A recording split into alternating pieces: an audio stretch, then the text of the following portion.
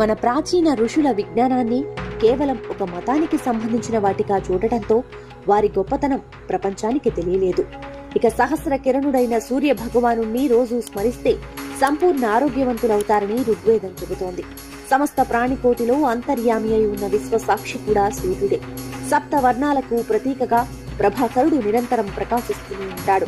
పూర్వకాలంలో సూర్యుణ్ణి మబ్బులు కమ్మితే అది దుర్దినంగా భావించేవారు. ఇందులో భాగంగానే సంధ్యోపాసన, అర్ఘ్య ప్రధానం, సూర్య శతక పఠనం, సూర్య నమస్కారాలు ఇవన్నీ మన సంస్కృతిలో భాగమయ్యాయి. సూర్య భగవాను పూజించడం మన పూర్వులు మనకు నేర్పారు. ప్రాచీన భారతీయ శాస్త్ర విజ్ఞానమంతా సైన్సే. వేద మంత్రాలు, ఉపనిషత్తులు బోధించే జ్ఞానమంతా సైన్స్ కు 100% దగ్గరగా ఉంటుంది. కాకపోతే అవి సంస్కృత మంత్రాల రూపంలో ఉంటాయి.